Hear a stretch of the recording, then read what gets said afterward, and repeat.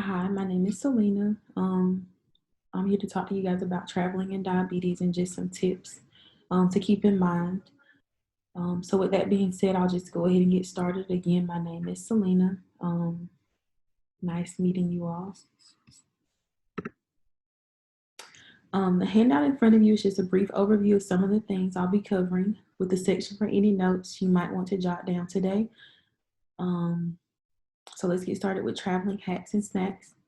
For a person with diabetes, traveling can be stressful. What can you eat? What should you take? So let's talk about some of the tips that can simplify traveling. Planning ahead is key when traveling with diabetes, but also depends on how long you'll be away and where you intend to travel. When traveling, what are some of the things you think are important to remember related to your condition? And I'll just give everybody some time to just think on that question.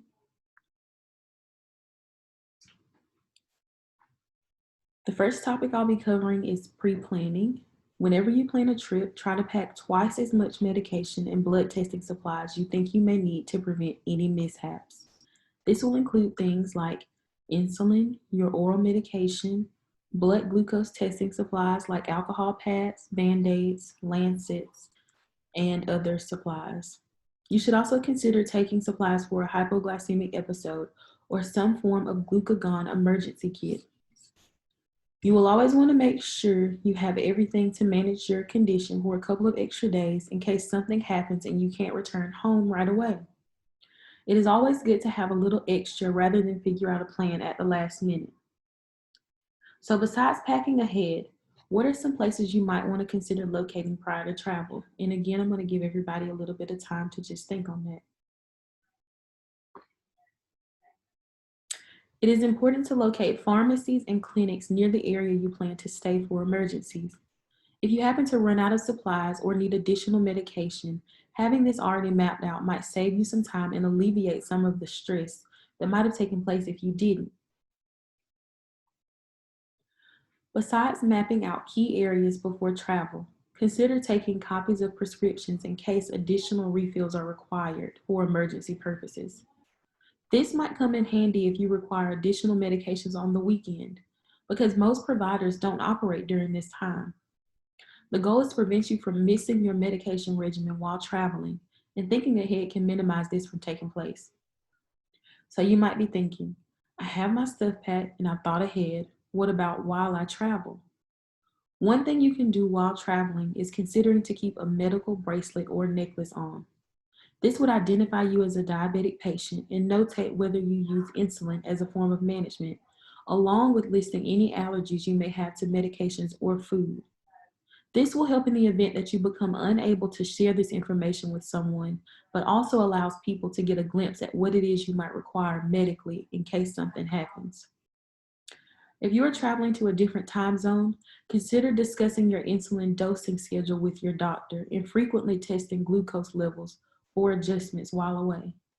Remember, with a different time zone comes a different eating schedule, and you must consider that your insulin needs may change due to the deviation from your normal schedule.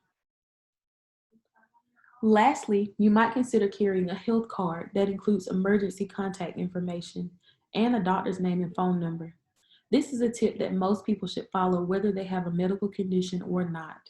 You should always want a means to relay information about your condition to loved ones. Consider tucking this away in your wallet so that in the event something happens, people know who you would like to be contacted. Some might be thinking, what if I'm flying and not driving? When flying, you can call and tell TSA you have diabetes to find out what their screening process will require.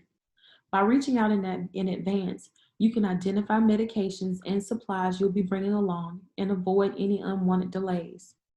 You can also call in advance to let staff know to make sure staff is aware of your condition so they can arrange to have a diabetic meal prepared in the event that your flight includes a meal. It is also important to know that TSA doesn't allow multiple containers of liquid or gel to treat hypoglycemic episodes. So you might consider alternative carbohydrates like glucose tablets, hard candy, or raisins that are more manageable and easier to keep on hand while also following the rules they have set in place. You should consider bringing an easy to carry snack, such as a nutrition bar, in case there are any delays when unboarding. Besides planning ahead, you might also consider packing appropriately prior to travel. Before your trip, think about how long you might be standing or walking. Will you be adequately dressed to avoid excessive sweating and potentially becoming dehydrated? How long will your supplies be exposed to temperatures that are not ideal? Do you think you'll require a cooler? So let's get into talking about how we can protect our supplies while away. It's highly advised that you keep unopened vials of insulin in a cooler while traveling. You want to make sure that you don't store your insulin in direct sunlight or in a hot car. You also want to avoid storing it in the trunk of your car and just avoiding any temperature extremes, whether it be too hot or too cold. You should always try and keep medication and supplies close at hand in case an emergency occurs. You don't want to have any type of event occur and find yourself struggling to locate medications and supplies. If flying, be sure to keep medication in their original packing and separate. If you happen to use containers or bags for medication, you can consider asking your pharmacy for additional labels to avoid any mishaps with security and to avoid mixing up medications while away. You should avoid mixing multiple medications in the same container to avoid any confusion. New foods, increased activity, and different time zones can all affect blood sugar. So naturally, you'll be testing your blood sugar more often while away. So you want to remember to take additional batteries for your blood glucose monitor. You want to make sure that you closely monitor your blood glucose because you'll likely be introducing new foods to your diet. When flying, pack medications in a carry-on bag so they are not lost in transit. This will also give you easy access in case any event happens to occur. It is also best practice to wear comfortable, well-fitting shoes and socks at all times to maintain comfort.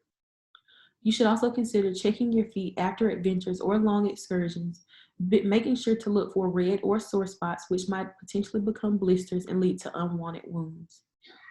If you are going to an area with water, you might consider wearing swim shoes or sandals. This will help to make sure that your feet remain dry. Packing shoes that can be loosened along with thin socks might be beneficial in case your feet become swollen. Since feet and ankles tend to swell during flights, you can also consider wearing light knee-high compression stockings or bringing thinner socks to change into. To avoid swelling, you can point and flex ankles during long flights to improve blood flow in the calf muscles. This will help to lower the risk of developing blood clots. If you happen to be driving long distances, consider stopping at rest areas and taking a brisk walk for 10 to 15 minutes.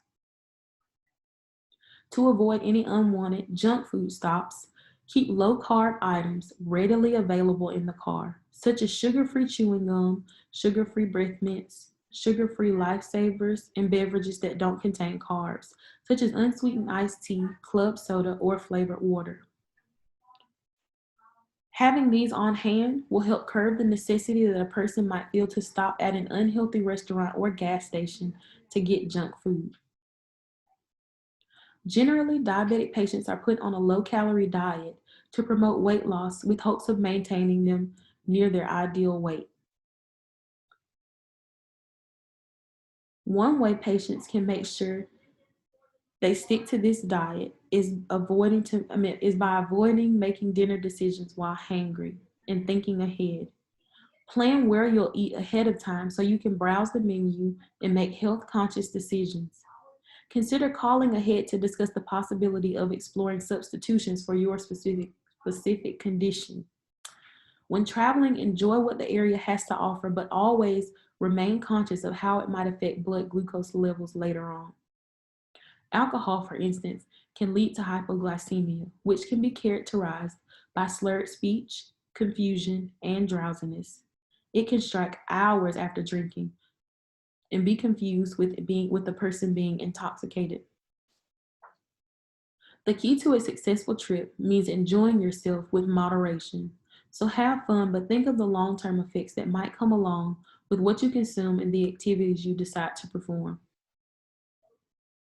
Lastly, let's cover some basic eating tips you can utilize while traveling. You should always make sure you have healthy snacks on hand while traveling. This might include things like nuts, roasted chickpeas, carrots and apples, mango energy bites, or rice cakes with peanut butter. You can also consider bringing along a small cooler and loading it with items like string cheese, low-fat yogurt, skim or low-fat milk, and hard-boiled eggs. If you have time, it might also be wise to consider packing a portable lunch bowl. This might also cut down on travel time because you would make less frequent stops and cover longer distances. One example of a healthy snack bowl is the tomato caprese salad bowl. It is full of flavor, but still serves as a healthy alternative when compared to fast food chains and gas station alternatives.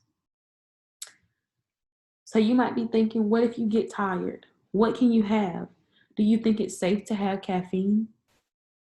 You can consider stopping for a hot or iced black or green tea to give yourself an extra energy boost, or a latte with unsweetened almond or coconut milk. If you happen to get an espresso shot, consider adding a dash of cinnamon or vanilla, or asking your local barista about the sugar-free alternatives. Besides Besides these alternatives, make sure you remain hydrated by drinking water and avoiding sugary sodas and juice. So now I'm going to cover these two QR codes that I have here at the bottom of the screen. So all you have to do is take your phone out, and if you go to your camera and place it above this as if you're taking an image of this right here, it will take you to a link that shows you a crispy chickpea recipe. So I'm gonna take you guys to that now.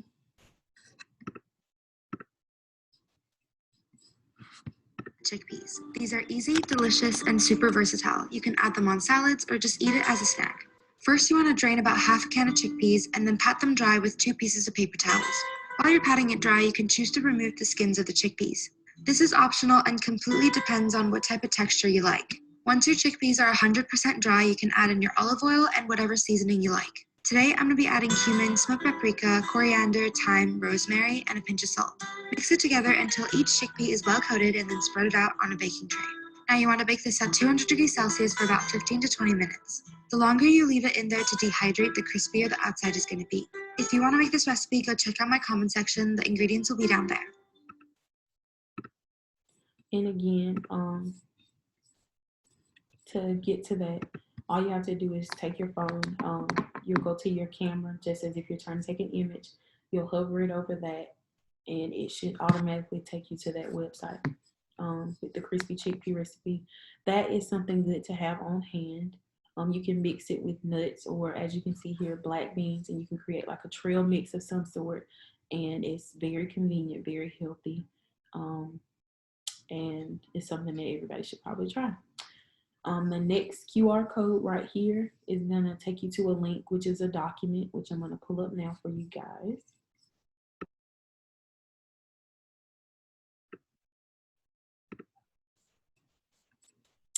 So it's right here, and pretty much here you have the recipe name, and then if you hover over this and click a bit, it should take you directly to that website. You'll just click on it, and here you have the mango coconut energy bars, which are very easy to make. They're portable, and they're very healthy. And besides that, these links below right here, these have multiple recipes on just one site. So here you'll find 10 lunch ideas. Here you'll find 5, and it kind of just varies. But again, you'll just hover over it, and once you click on it, these are ideas that you can not only use when traveling, but also when you're just at home. So I'll take you guys back to the main screen, and I hope everybody enjoyed this talk today and took something from it. And it was very nice sharing this information with you all, and have a great day.